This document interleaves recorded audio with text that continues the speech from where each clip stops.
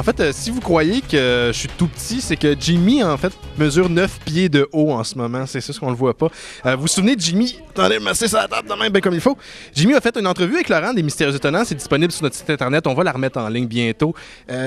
T'as lancé ta maison d'édition qui s'appelle Rain Emporium. Je le dis comme il faut, c'est correct? Ouais. OK. Puis, présente-nous un peu ce que tu fais, en gros, là.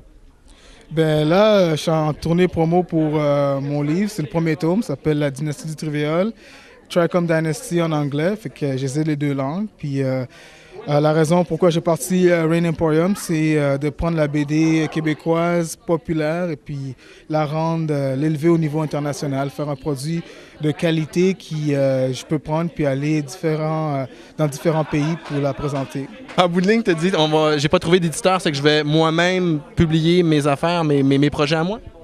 Ben, c'est ce que les éditeurs, ils étaient en face, c'était vraiment plus sur leur étude de marché. Ils voulaient vraiment répondre à un besoin que, pour des filles de 10 à je sais pas combien d'années, puis c'est leur en face, puis ils n'étaient pas vraiment sur des nouveaux produits. Le budget n'était pas là pour ça. Moi, j'ai dit, OK, je vais passer ma propre maison d'édition de toute façon parce que j'ai un produit spécifique en vue.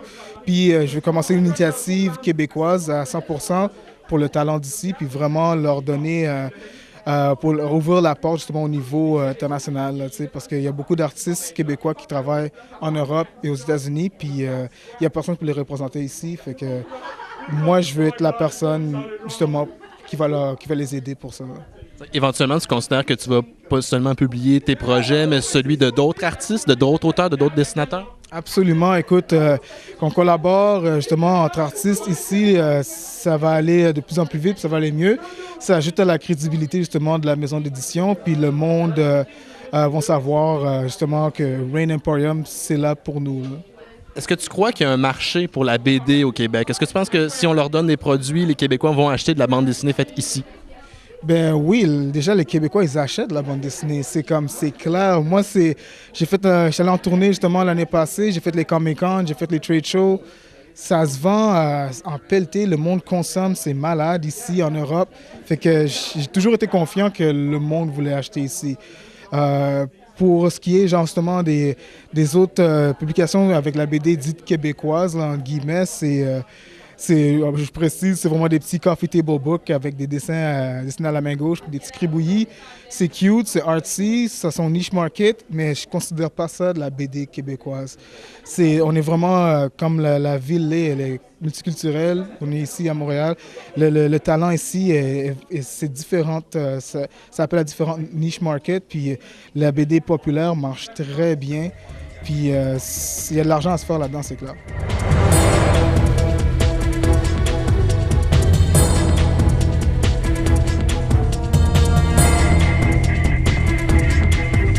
On va parler un petit peu plus de ta BD. C'est quoi l'histoire Dis-moi le titre, là, j'ai bien de la misère avec ça. Là. C'est clair, c'est un mot inventé. OK? C'est la dynastie du trivéole. Trivéole, qui est 3 alvéoles collées ensemble, ça crée un symbole, justement. Et c'est l'histoire de la tribu des abeilles, justement, mais dans un setting où c'est les humains qui ont basé leur culture sur les insectes. Fait que j'ai mis l'emphase sur les abeilles, sur leur culture. Et justement, ça raconte l'histoire de 3 membres de la tribu qui sont éjectés de la ruche, puis ils sont à la recherche d'un héros qui est disparu. Et ils font face à plusieurs autres cultures, genre les fourmis, les papillons, les menthes religieuses, les scarabées. Donc, je te présente plusieurs différentes cultures, plusieurs mondes. Vraiment, j'ai carte blanche sur, sur plein d'autres cultures, là. C'est ça qui est cool avec, parce que sky's the limit. Tu peux faire ce que tu veux. Quand tu as commencé à écrire la BD, est-ce que tu as déjà la fin dans ta tête? Est-ce que tu sais comment ça va se terminer? Oh yeah. Ouais. Moi, j'ai tout écrit déjà. Là, je suis en train de teaser le monde. Je prends mon temps pour sortir le deuxième. Tu sais. Sortir le premier, je suis en tournée. Puis là, justement, le deuxième, je travaille dessus. J'ai vraiment hâte de la sortir. Là. Moi, je sais, ça va être vraiment cool. Combien de volumes en tout tu penses qu'il va y avoir dans la série? Pour l'instant, je vais dire qu'il va en avoir 3. OK?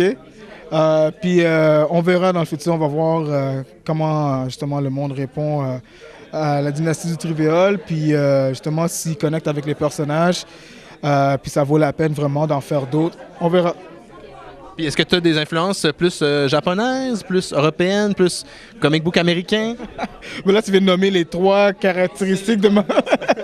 c'est vraiment un look manga américain avec un fini européen, tu sais. Puis c'est vraiment ça qui physiquement représente ma BD. Puis c'est mes 3 influences. Puis vraiment, moi, je suis quelqu'un qui aime raconter les histoires. Je veux explorer justement différents médiums, différentes approches graphiques. Fait que, et donc, pour peut-être d'autres histoires, je vais essayer plus peut-être du photomontage, peut-être plus du mix média. Fait que je suis ouvert à ça. Tu sais, je suis pas juste casé sur ça, mais pour cette série-là, je trouve que ça fit, c'est parfait. Puis je peux la pousser encore plus loin, mais après ça, écoute, je peux faire ce que je veux. C'est ma maison d'édition après tout. T'es ton propre boss. That's right. Remember that. Sinon, t'as-tu eu un auteur préféré quand t'étais jeune ou un dessinateur préféré?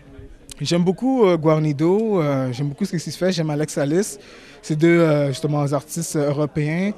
J'aime beaucoup Jim Lee, le Jim Lee de X-Men là, quand il a fait le revamp. Là. Ça, c'est honnêtement, j'ai encore de la chair de poule, j'en parle. Là. C'est cette série-là qui m'a fait genre, OK, je vais faire de la BD. That's it. T'sais, si je fais de la BD, je vais arriver à ce niveau-là. T'sais. Puis le monde qui me connaît depuis le secondaire, ils savent, je dis, yo, Jimmy, man. Puis Jim Lee, ils sont comme ça, man. Puis Jim Lee, là, je vais le rencontrer un jour, là, dans pas long, là. Puis lui, là, non, c'est pas vrai, mais j'ai hâte de le rencontrer, puis je vais être tout de suite à côté, s'il croit là ou non, puis je vais serrer la pince, il a l'air vraiment sympathique. Il y a une couple de Comic-Con qui s'en vient, là. C'est New York. New York, il est super. Il était à côté de moi. J'ai pas osé y parler, man. J'ai pas. Mais c'est Jim Lee! Anyways, ben écoute, le moment va arriver où je vais rencontrer Jim Lee, Alex Ross. Tu sais, sérieux, là, ces gars-là, là, pour moi, même Joe Madge, je vais le rencontrer, là. Laurent m'a dit que tu croyais pas qu'Alex Ross parlait à la 3e personne, mais tu... Hey, là, comment, c'est une joke, là. Qui va vraiment parler à la 3e personne, là, tu sais? Je crois pas ça, man. Je vais le croire quand je vais le voir. Okay.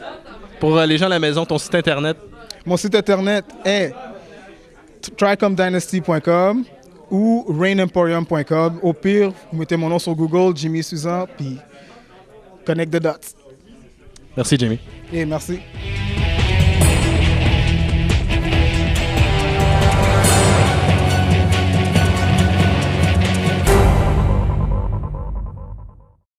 Oh, wow! Tu sais comment c'est confus, man? Je sais pourquoi que... Parce qu'il est pas branché. En ligne, j'entends pas parce que je suis dans mon MP3. Ah, t'es nice, man. Tout ce temps-là, man, t'entendais pas? T'avais pas trouvé d'éditeur? Tu t'es dit non, fuck. Oh, non. On va recommencer ça. En bout de ligne, parce que